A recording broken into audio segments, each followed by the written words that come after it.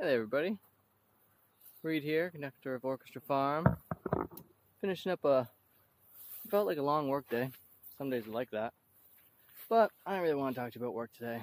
More I wanted to chat with you about this idea of consciousness, or maybe spirit. And the notion that everything has spirit or consciousness. Now I know that we seem radical to different people. I think some scientists or, Western school type guy came up with that idea, and I think he called it panpsychism. I was like, whatever. I always gotta try to make it their own thing. But it seems to me like lots of other cultures out there have this concept that, all the life that's around us. And this even goes for like stones and soil and everything, has spirit or consciousness to it. Now, I personally go along with this idea, and with it, I recognize that, like, when I look at my human body, when I get microscopic in my vision, I see that I'm made up of a lot of other cells. Human cells, there's not really that many of them. But when I recognize that all these other cells have consciousness, I feel like I'm actually a collection of consciousness, and that my whole me is actually made up of this symbiosis of consciousness. Now let's say, to demonstrate this for a second, that you've got a parasite, and that parasite wants to eat certain things to live better, and suddenly you have urges to eat those things. Is that your actual urge to eat it, or is it the parasite's urge? Is the parasite not playing some level of role in the consciousness of your being and getting you to eat different things? I would say yes, it is. Well, with that, I look at the soil that I'm walking on here, this fantastic earth, and I recognize that there's a lot of organisms that make up the soil. It's actually teeming with life. And so I'm actually walking on these other beings. When someone walks on my back, I hope it's for like a lomi massage or something of that sort, and that we've got some consent happening. And the question of, like, how do we live consensually with ourselves rather than just letting all the different parasites have their way with the whole situation? And the question becomes, like, how do you ask all these beings and, like, listen to their response to do things and move in a good way on this planet that, to me, is alive? And the notion that the whole planet is a collection of consciousness, just like my physical body is. And I make up a tiny little bit of that. Now my finger here has a little bit of consciousness of it. Does it have the whole consciousness of my whole being? I hardly doubt it. However, as I put awareness into it, like the difference between a little baby who doesn't have the dexterity of motion compared to myself, with the appendages that we have, has a different level of consciousness in this finger, or in their finger, whichever finger we're looking at. But that we develop this consciousness, and we develop it by having a recognized awareness that it's there. I bring this forward because I feel like as we go forward, recognizing the beautiful evolving uniqueness of, let's say, viruses or the microbiomes, like, you can shift what your microbiomes are doing depending on the food that you're eating. Are you eating a bunch of fermented foods? Did you make them yourself? Did you go out there and hand pick them? Are you having an actual relationship with the food that you're eating?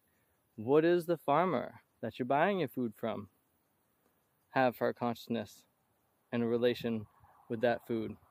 Are they putting chemicals on it, or are they putting compost, or any number of the other magnificent things you can add to the earth to increase the life forms that are there in their bounty?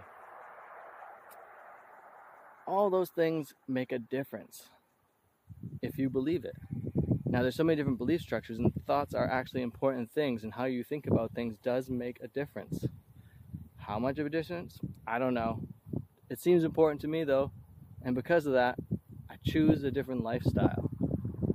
And so in choosing that lifestyle, I got to question and wonder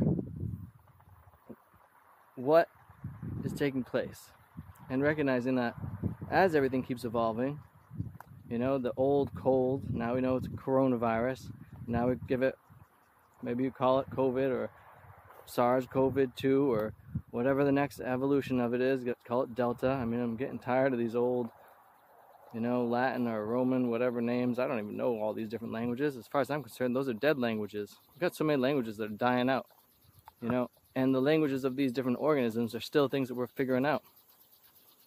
That including like our own selves.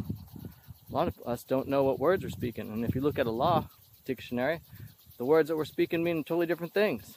That's why a lot of people seem to get screwed when they show up at court. Well, we're at court every day with our bodies and on the planet, and every action we make is a judgment and a jury on what's happening for the next generations. And if I'm going to consider leaving the world a better place for my children, my grandchildren, and all the rest of them, I got to acknowledge that I want to add to the life of the soil. I want to leave extra soil here instead of exporting it through just basic runoff, and I don't remember the word right now, but when it blows away on the wind, and because you plowed it under instead of like adding more mulch materials or compost materials, and we're either adding or we're taking away. And our extraction-based economies are taking a lot. Sometimes I get kind of sad about that. At other times I got to remember that it's just really my responsibility to keep adding, keep putting stuff out there. So I'm putting this here for you to think about and consider, what's your take on it? Some people may also call this terrain theory rather than germ theory. Actually, both have a place. There are some germs out there that will kill you. I've had staph infections, and staph naturally exists on your body, so it is a good thing when it is in balance. But if it's out of balance, you can die. I almost did. And so we're learning to find balance. We've been out of balance for a while. To me, comfort and convenience really pushes us away from that balance. And a lot of us are pretty comfortable these days, even in the screwed up world as it is. And the notion that we don't want to challenge ourselves, we don't want to do things differently and inconvenience our reality set. But seriously, we're not gonna change even our local world space, like that of our backyard, as a for instance, or our town, or our city, our state, or our nation, or province, or wherever you live. Maybe it's a tribal territory, I don't know. But to me, they're all interconnected. Hey there, hummingbird. I'm gonna have to do a little thing for that. But I want to share this world with as many different species as possible, and make sure there's space for all of them to be in balance. And ask the question, how do you bring greater balance to your own self? How can you recognize all the life that is around you and give space for it to be and to flourish? And you might say, Reed, you're totally off base. None of these other life forms that you're talking about have consciousness. Plants have consciousness. Get real. I mean, seriously, people, we're learning that trees are communicating, that the fungi are communicating. I don't know if you've ever smoked marijuana. I prefer to call it ganja. Or tried different kinds of magic mushrooms, psychedelics, people. Ayahuasca. There's beautiful peyote cacti out there. To me, these are holders of consciousness, and when we commune with them, we collaborate in consciousness together. And it is that opening of perspectives that allows us to see beyond our limited worldviews into the greater context of interconnectedness. And it is from those places that I find a great opening up. That doesn't mean you need to do it every day. Doesn't mean you need to do it every year. But to have some of those experiences seems like they're really great initiations into recognizing the wonder of life that's all around us. Not everyone's going to go peer through a microscope and realize the magnificence of the soil organisms that are under our feet, or in the air that's all around us, or in the waters. But, you know, I'm not here to tell you how to think or what to do or what your worldview should be or whatever. Putting it into mind though, because I feel like by sharing these thoughts and understandings and experiences that I've had, can help other people to know that they're not alone in their own. And that if you are finding yourself alone with that, to know that there are other people out there who are experiencing the world this way and doing their best to care for all these other beings that are out there and flourish with them. So with that, this is Reed Richard here. Remember to like, subscribe to the page. I guess this is still on YouTube. I'm moving stuff over to Odyssey. Let's, you know, get onto more decentralized platforms. I'm tired of all this centralization. We're going through, I don't know if it's the first or the third or the seventh decentralized evolution right now. But seriously, people, check who your gatekeepers are. Are you your gatekeeper, or are you relying on somebody else?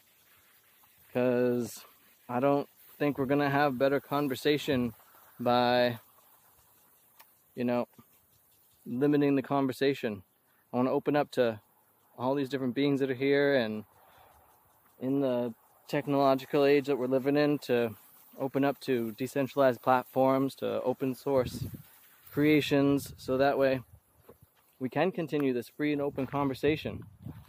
Otherwise, it gets really boring having a single perspective just thrust down your throat, as if you're a child who has to be, you know, told what to do all the time. But maybe grab a little mint, give yourself some aromatherapy. That's better. Cool me down. Sometimes I get heated with all this. Anyway, with that, like and subscribe.